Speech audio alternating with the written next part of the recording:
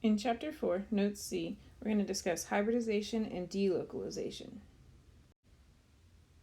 Before we discuss hybridization, you should already be familiar with the four main basic shapes for orbitals. The S is a spherical shape, and there's only one S orbital. P looks more like an infinity symbol or dumbbells, and there are three versions of the P orbital. D and F have some very complicated shapes, but you should know that the D orbital has 5 variations and the F orbital has 7 variations. So S, P, D, and F come as sets of 1, 3, 5, and 7 orbitals respectively. What we're going to discuss now is when those orbitals blend. And typically it's the S and the P orbital that will blend first, but as you can see towards the bottom of this picture, the d orbital can get pulled into the hybridization when we are looking at some expanded octets. So we have our s, p, d orbitals being involved in something called hybridization, or the blending of orbitals. The first thing that I want to do to introduce the idea of hybridization is compare carbon's electron configuration to the bonds that it forms when it attaches to 4 hydrogen atoms when it forms methane. So let's first look at the electron configuration. 1s2, 2s2, 2p2.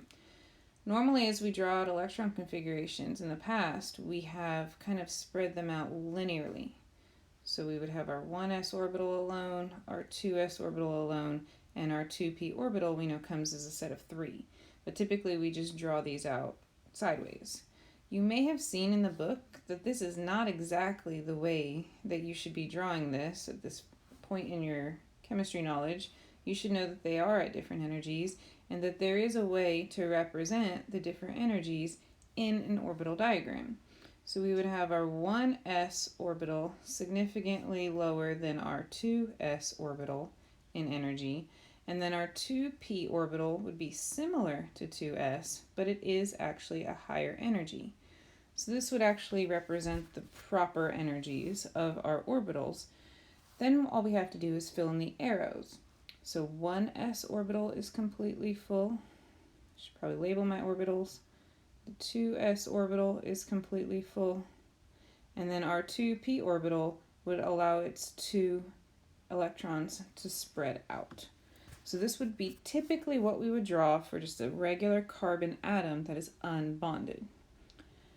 Now let's look at the hydrogens coming in for methane. We know that each hydrogen brings in 1 electron. So where would those electrons bond?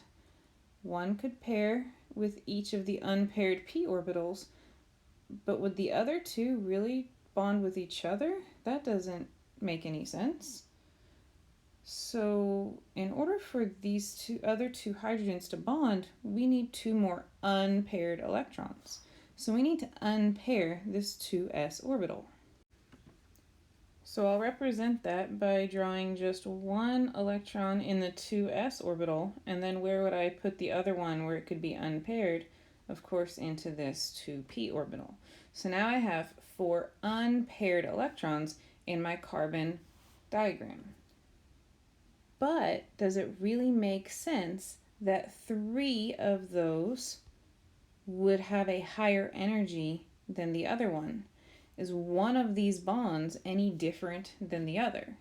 And the answer is no. They are all of equal energy, or you could say they are degenerate orbitals.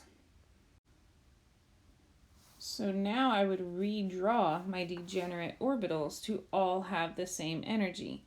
Basically, I have a set of 4 orbitals with singly occupied orbitals available on every side of the carbon to bond with 1 hydrogen atom. So the hydrogens can now come in and bond evenly with equal energy bonds. And we can tell by the structure that that has to be what's happening here. So this is how we know hybridization does occur. The next question is, what in the world do we call this orbital? Well, we know it came from the second energy level, so I'm still going to use a 2. I know that I involved 1 s orbital, so I will write the s just once. And I know that I used all 3 of my p orbitals, so I'm also going to write the p3. As we move on, we're also going to discuss hybridization that may only involve one or two of the p orbitals. So there's also hybridization that's just sp or sp2. If we involved more orbitals, we would have to pull them from the d orbital. So we could have sp3d and also sp3d2. And that'll be all the different hybridizations that we cover. Before we get into some examples, I want to go over some facts. The first thing that we know must be true is that if two bonds are identical, then they must have equal energies. And furthermore, if they have equal energies, then they would be what we call degenerate, which is where I took the s and the p orbital and I combined them to make them the same level on energy. One would not be more energetic than the other if the bonds are identical. One thing that didn't come up in the last example is if there is a lone pair, that would also have the exact same energy as the single bonds. There are a couple new terms that are going to come up a lot when we are discussing hybridization that we'll go into a lot more detail of when we get to the delocalization part of the notes, and that is sigma and pi. I want to kind of front load those terms because I know I'm going to end up saying them as we work through the examples. A sigma bond basically means the first single bond. So if there is a single bond, it only has a sigma bond. Or in this example with the nitrogen I have drawn up top here, the sigma bond would be the very first bond that's formed. Then if you have a double bond, it would include one pi bond, and if you had a triple bond, it would include two pi bonds. Those pi bonds actually are higher energy. So what we're really concerned about right now in order to determine the hybridization is only the sigma bond, or the single bond. So like one bond per charge center on the bonding. So what I have highlighted in blue here would be our degenerate orbitals, or our equal energies, the lone pairs and the single bonds. So in order to determine the hybridization, we are looking only at the lone pairs and sigma bonds. In order to best understand hybridization, we're going to work through some examples. In these examples, we're going to look at what the electron configuration would be for the central atom if it were alone. Then we're going to look at which orbitals would need to be degenerate, or the same energy, in order to create the structure. So then we can rewrite those orbitals to show the hybridization, and we can look at the shape then that the molecule forms because of that hybridization. In our first example, we're going to look at beryllium attached to two fluorine atoms. Beryllium is actually an exception to the octet rule as an incomplete octet. So this is the stable structure for beryllium, with only two single bonds. This, of course, would be linear since there are no electrons on beryllium in order to push or repel the fluorines. They would lay out linear, 180 degrees.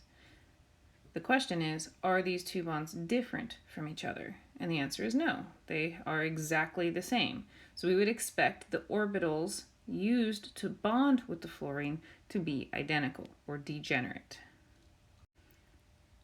Let's first look at the normal orbital diagram for a beryllium atom. In the normal configuration, the 2s orbital would have both electrons in it, and the p orbital would be completely empty. This actually wouldn't even leave anywhere for the beryllium to bond with the fluorine. There's no unpaired electrons to be involved in bonding. So that's our first problem. And then our second problem is, even if we use the trick of unbonding, or unpairing I should say, the 2s electrons, now they're in different energies. So what are we going to do? So here we have the entire chain of events. First thing we have to do is unpair the 2s electrons. So we've moved one of them up to the p orbital. But we know that these bonds are exactly the same. So we have to make the two orbitals used to form the bond become the same energy. That is in the second energy level. It uses one s orbital and only one p orbital. The other two p orbitals still are at a higher energy, just empty. We are only creating degenerate orbitals that are used for lone pairs or sigma bonds. So we would call this sp hybridized because it's using one s orbital and one p orbital. Also notice how I kind of dropped the one s orbital. You typically only show hybridization in the bonding orbital. So if the hybridization is happening in the second energy level, then I'm only going to draw the second energy level out to show that hybridization. You don't have to show the entire configuration of everything below. The core electrons are not involved in bonding, and we kind of leave them off when we do this. Now let's try to take a peek at how this hybridization gives the linear shape that we know that the beryllium bonded with the fluorines would create. So you see the s orbital is a spherical shape and the p has that dumbbell shape. When they hybridize, you get these two bulbs. And when they bond, it looks more like this linear shape. You can almost picture the carbon in the center, or I'm sorry, not carbon, the beryllium in the center, bonded out to the two fluorines. So that's the linear shape. These still diagrams make it very difficult to kind of visualize the shape. I did find another YouTube video that I tagged on our playlist that does a great job at showing how the hybridization gives the different shapes. It makes it a lot easier to visualize. So you may want to check that out if you're having a hard time with the shapes at the end of this. Let's move on to another example, and this example is also an exception to the octet rule as an incomplete octet, BF3. So we see the boron would form 3 single bonds with no lone pairs. So I can tell from that I need 3 degenerate orbitals, in which you can kind of peek ahead at the end here. We see 3 degenerate orbitals. That's our ultimate goal. But let's start at the beginning. What does boron's orbital diagram look like when it's unbonded? We would have 2 electrons in the 2s and only 1 unpaired electron in the 2p. So in this state, it's only ready to bond with one thing, but we know it needs to bond with 3 things. So the first thing we're going to do is unpair the 2s orbital. So we've moved one of those electrons up to the 2p orbital. So now we have 3 unpaired electrons ready to bond. The catch is, we know that these electrons should be degenerate because the bonds in BF3 are the same, which means I need both of the 2p's and the 2s to now have the same energy. So they will hybridize using 1 of the s's and 2 of the p's. So I would write this as P2. This would be 2sp2. As an orbital, or we would say it is sp2 hybridized. Notice the third orbital for 2p is still there, empty at the higher energy. This is only sp2 hybridized. The hybridization explains the correct Vesper shape for BF3. With no lone pairs, that would be a trigonal planar shape with 120 degrees in between each bonded pair of electrons. So here you can see the s spherical shape and 2 of the p orbital shapes. As they overlap, they form a completely new shape. This sp2 hybrid orbital now has 3 lobes, and so it would have this trigonal planar shape. The central atom would be where the dot is, this would be where the boron is, and then each of the fluorines would attach at the lobe point. This would be where the bond is between the beryllium and the fluorine for each of the bonds. And here we have just another way of looking at this hybridization. We see our original shapes in the first box, the sphere and the dumbbells, combining to form these off-center lobes, these hybrid orbitals, that when they overlap give the trigonal planar shape.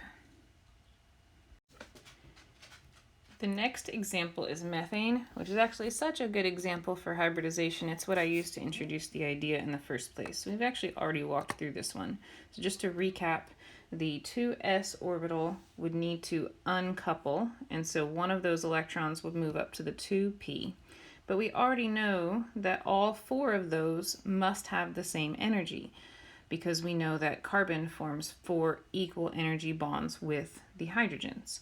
And so we end up with 4 degenerate orbitals using 1 of the s's and 3 of the p's.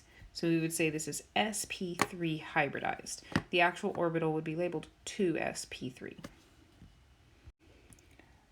When you overlap the s and the p orbitals, you get a new shape where the carbon would be in the center and our hydrogens would bond in the end of each of these lobes. So this is going to give us our tetrahedral shape. Now let's try one that has some lone pairs. Let's look at water as an example. So the oxygen would be single bonded to two hydrogens and also have two lone pairs. So we know that the lone pairs and the sigma bonds, or the single bonds in this case, would have equal energies. So I can tell that I need 4 degenerate orbitals because I have 4 sets, 2 lone pairs and 2 single bonds. So a total of 4 degenerate orbitals that I'm going to need. And you can kind of see in the end that's what I end up with. Where did that come from though? So let's look at oxygen as the center molecule. Its original electron configuration on the left here would have 2 unpaired electrons. Those 2 unpaired electrons can be used to bond with the hydrogen. So the hydrogen could come in and pair, which seems nice and easy, right?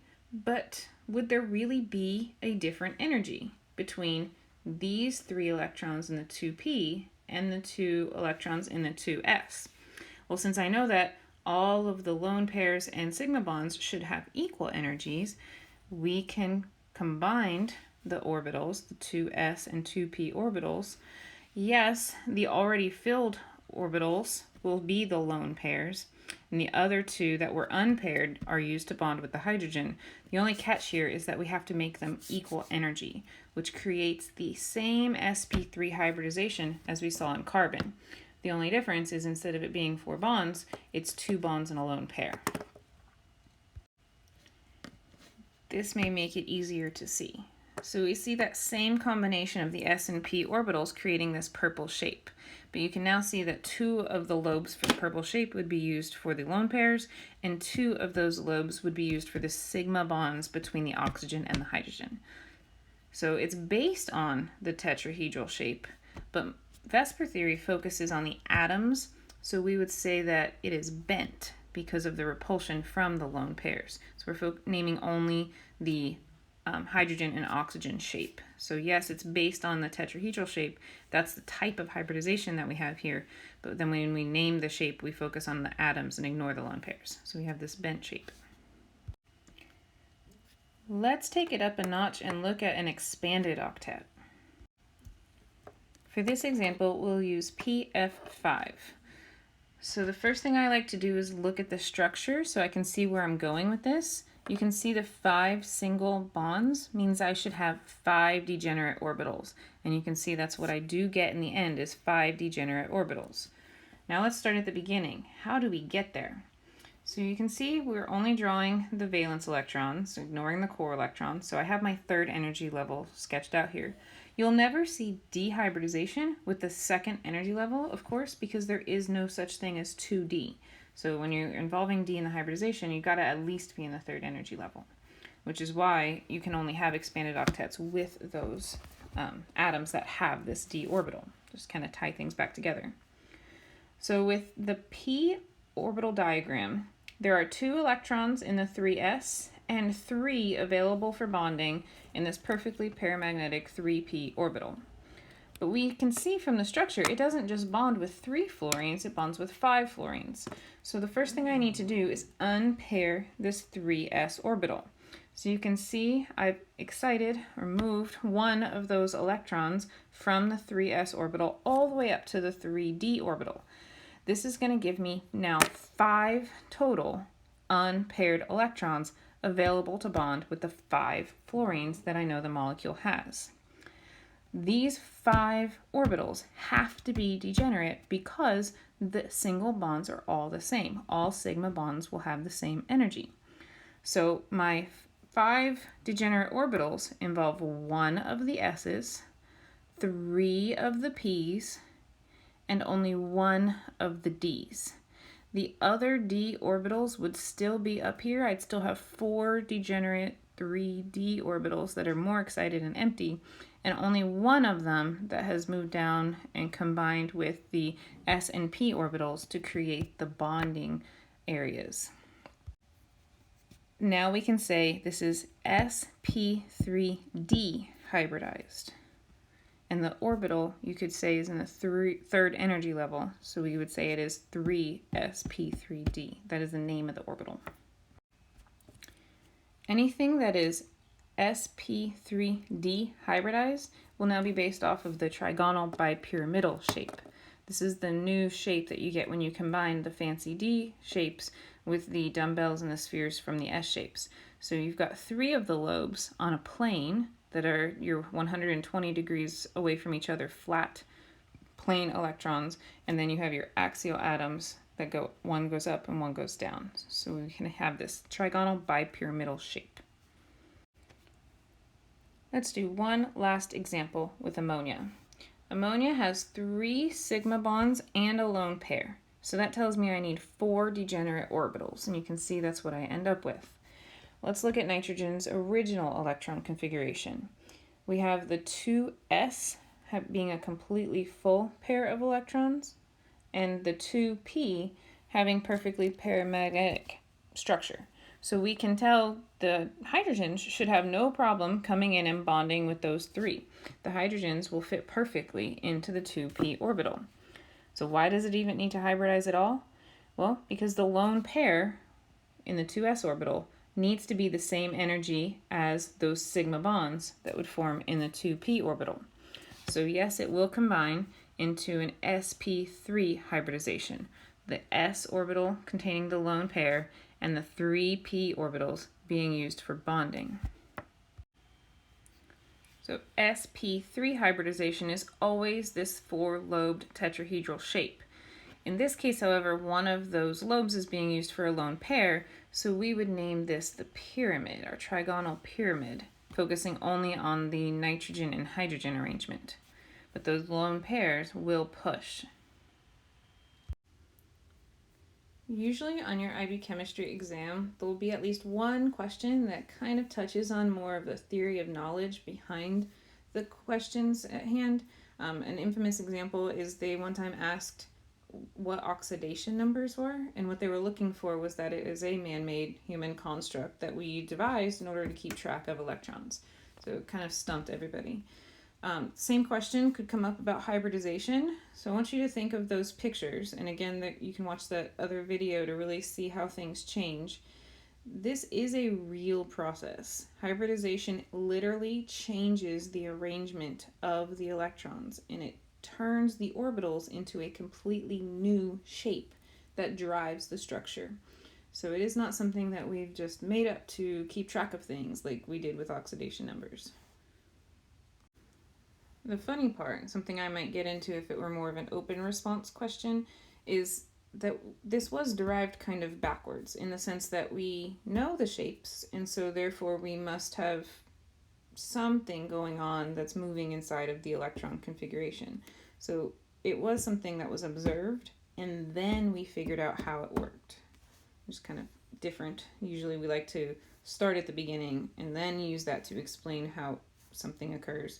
This was kind of backwards. We know the shape, and so therefore something must be changing at this microscopic level. This chart sums up the 5 main types of hybridization. If I have 2 orbitals involved, that would include 1 s orbital and 1 of the p orbitals. So that would be sp hybridized, and that would always produce a linear shape.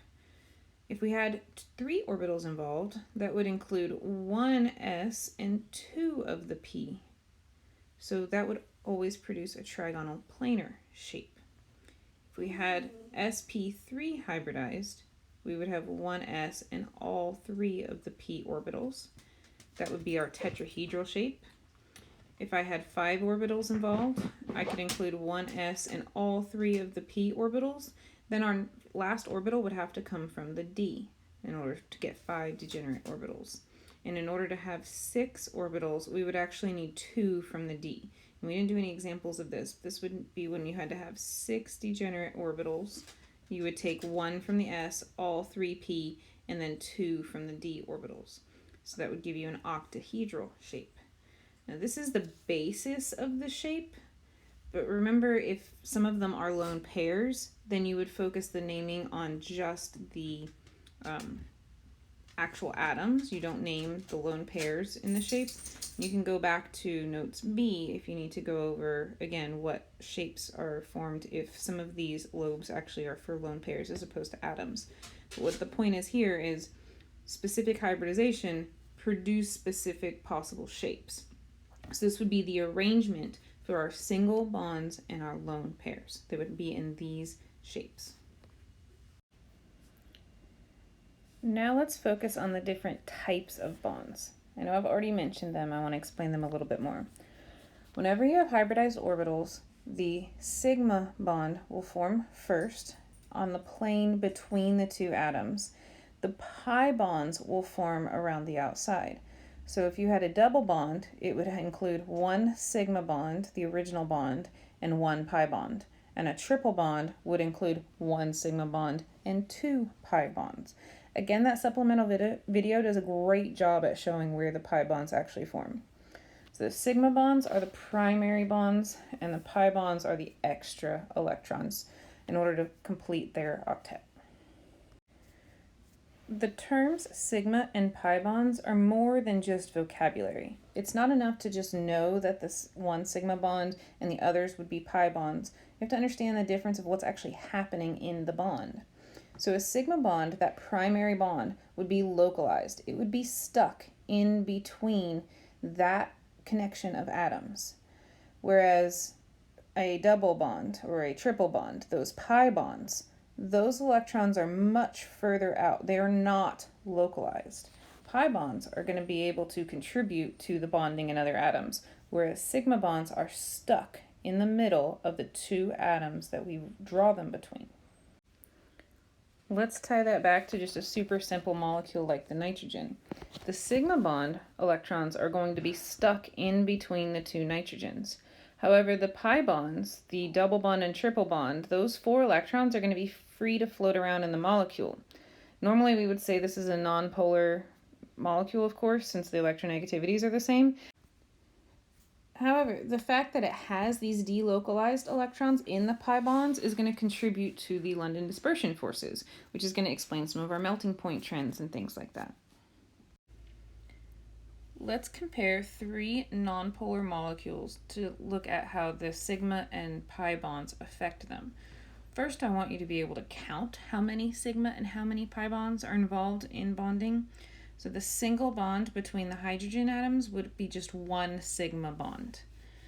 Then we have our double bond between the 2 carbons in ethane. So the first bond formed would be the sigma bond, and then the second bond of the double bond would be our pi bond. And then, as we've mentioned already, with the nitrogen, there's 1 sigma bond and 2 pi bonds. So seemingly, these molecules are nonpolar. However, one has a higher melting point than the rest. Which one of these 3 would have the highest melting point? The answer is the nitrogen. The nitrogen molecule would have the most delocalization, allowing for the strongest London dispersion forces, or van der Waals forces. So you're going to have more attraction between 2 nitrogen molecules than you would between, say, 2 hydrogen molecules. The hydrogen molecules would have the lowest melting point. As there is no delocalization, the sigma bonds are localized. It's only the pi bonds that allow this delocalization and therefore stronger intermolecular forces and higher melting points. This goes back to one of the most important trends in chemistry. The more difference you have in charges, the stronger the bond. Here is a better picture of what would happen in the hydrogen molecule. So hydrogen's bonding electron would be located in the 1s orbital, and you can see when those orbitals come together that the sigma bond forms in between the 2 nuclei. Now those electrons are actually going to be trapped in between the 2 nuclei of the hydrogen in this sigma bond. So we would say they are localized. They are stuck in the middle. That would be our highest electron density. There are no delocalized electrons or electrons moving outside of that bond, and so you're going to get weaker intermolecular attractions. Now let's look at what happens when atoms have double or triple bonds, or pi bonds. The first thing you should know about pi bonds is they are always unhybridized. Notice how this didn't come up when we were going through the different hybrid orbitals. The other thing you should know is that they are always going to use p orbitals. The s orbital would be the first orbital used in bonding and therefore would always be a sigma bond. So it is our p orbitals that will be used for pi bonds or double and triple bonds. This means that the shape is always going to be this dumbbell or infinity symbol type of shape, and that's going to explain what happens when the pi bond actually forms. You're going to get an overlap of that pi shape as the two different pi orbitals combine or bond. And so that's going to produce a big area around the outside of the nucleus. Notice how it's not localized in the center, but around the outside of the nuclei of the bonded atoms. That low charge density means those electrons are free to move around. More delocalization would produce stronger intermolecular forces. The catch is that's going to influence the shape as well. So it says there's strict geometric requirements, meaning that the atoms have to line up in a way that allows for this overlap to happen. So when you have double and triple bonds, you have more limited shapes to choose from. The last thing that I want to do with this diagram is attempt to describe where the electrons would be in each bond formed as you make a triple bond. So the green line would represent the initial sigma bond, the localized electrons between the nuclei. The red lobes that are drawn here would be the second bond formed. Picture that going up and down in the plane of the nuclei, in the plane of the paper in this case. The third bond formed would be coming towards you and away from you. So kind of impossible to draw in this format, but picture like an X and Y axis intersecting perpendicularly. So that third bond would be going towards you and away from you, but still flat along the nuclei, intersecting at a right angle with the double bond. The triple bond would then go at a 90-degree angle towards you and away from you. So if I spun this molecule to look at it from the side, where the blue is now at the center, we would see the red going up and down being the double bond, the gray going left and right being the triple bond, and you wouldn't be able to see the single bond from that angle. It would be going directly from one nucleus forward to the next nucleus. The most important thing to keep in mind is that although the green bond or the sigma bond electrons are localized, all of these outside electrons are delocalized and will produce stronger intermolecular forces. Just a quick reminder here, hybridization and delocalization are two completely different things. Hybridization, remember, only involved sigma bonds and lone pairs. Pi bonds will never be hybridized, but the pi bonds are what cause electrons to become delocalized. We looked at bond strength in notes B, but hopefully now understanding the difference between sigma bonds and pi bonds can give you a deeper understanding of this. We know triple bonds are the strongest bonds, single bonds are the weakest bonds. This is not necessarily a doubling or tripling in strength. The double bond is not twice as strong as a single bond because it's not two sigma bonds. It's one sigma bond and a pi bond. So it's not twice as strong, but it is stronger. Let's look at ethene a little more closely. There's a double bond between the two carbons, and now we know that would include one sigma bond and one pi bond. The sigma bond would be localized between the two carbons, and that's actually going to lay out flat in the same plane as the hydrogens. Each carbon would respectively have a trigonal planar shape, basically, between the bond and the two hydrogens. Then that pi bond will form using one pi orbital from each of the carbons. So that's going to delocalize or form this cloud shape above and below the plane. It's that area above and below the plane that's going to be the most important area for your charge density when you're looking at the intermolecular forces. One last thing I also want to do with the ethene is show you how to determine the hybridization. How do we know that it's sp2 hybridized? For that, we need to look at how many degenerate orbitals are involved. So remember, you're only counting lone pairs and sigma bonds. Now, there are no lone pairs in this molecule, so I'm looking at only the sigma bonds, highlighted here in blue. There's a bond between each hydrogen, and there's also one sigma bond in the double bond. So that's a total of 3 sigma bonds. So we would need 3 degenerate orbitals, 1s and 2p. So we would say this is sp2 hybridize. The other bond in the double bond would be that p orbital that is not hybridized, so that does not contribute to the count in the p orbitals used for hybridization. It's just sp2 hybridized. Let's look at some better diagrams that show what these orbitals would actually look like. You can see the sigma bond in the middle would hold the localized electrons. The sigma bond would also exist between the carbon and hydrogen. So again, you see all of those electrons being held in very finite spaces. However, the pi bond, the double bond, would go above and below the molecule, allowing for greater delocalization and stronger intermolecular forces. If we introduce a triple bond instead, so we're looking at ethine, you would still have localized electrons between the 2 carbons in your initial sigma bond and sigma bonds between each carbon and its respective hydrogen. So since I only have 2 sigma bonds on each carbon, this would be sp hybridized, 1 s orbital and 1 p orbital. The other 2 p orbitals would be delocalized, one going up and down and the other coming in and out of the plane, again crossing at a right angle like we looked at from the side before. When molecules have multiple double bonds or triple bonds, these delocalized areas tend to actually overlap, which explains the concept of resonance, where those bonds actually are spread out, or those electrons of the bonds, I should say, are actually spread out over more than the 2 atoms that we're actually drawing them on. So benzene is a perfect example of this. We say that these bonds are conjugated, and if you remember from organic chemistry, that means double bond, single bond, double bond. So we see this is entirely conjugated around the entire molecule. So what's actually happening is the extra 6 electrons involved in the pi bonding are delocalized or spread out in the entire molecule.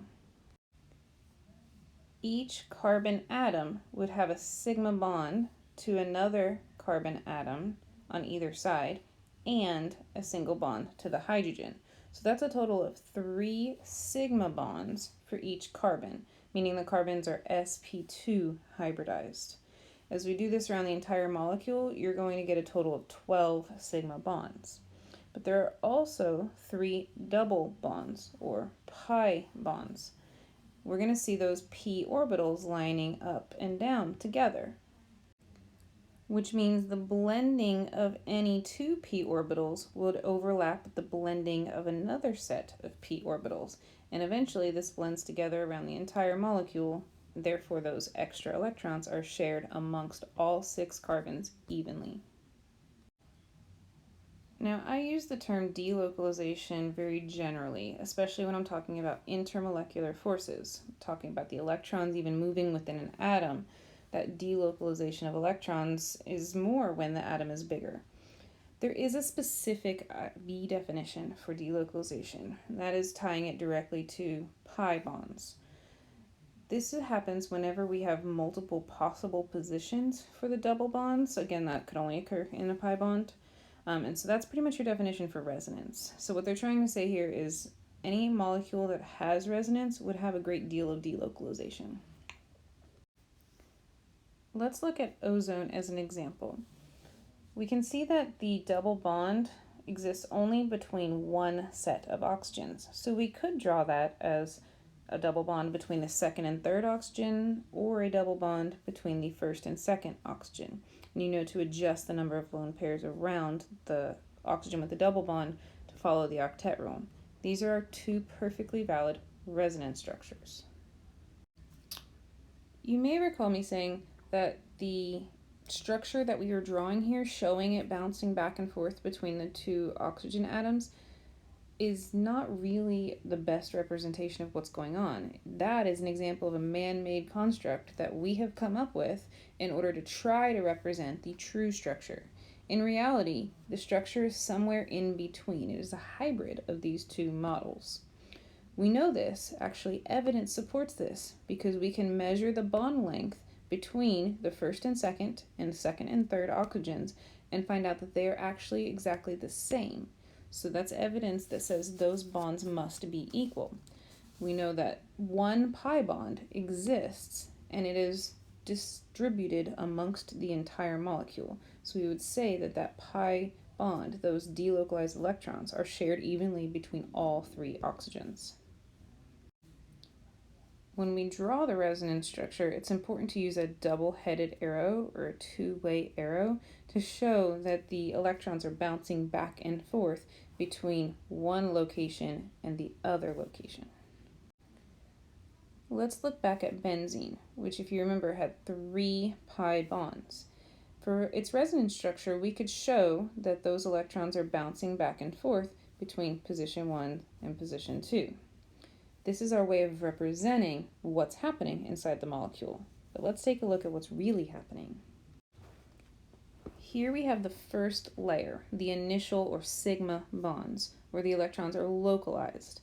These orbitals, these shaded areas, represent where the electrons are going to be trapped. The sigma bonds exist between each carbon atom and a neighboring carbon atom, and they also exist between the carbon and the hydrogen, which is where we got our sp2 hybridization. The next layer would be our p orbitals, which we can see line up above and below the molecule.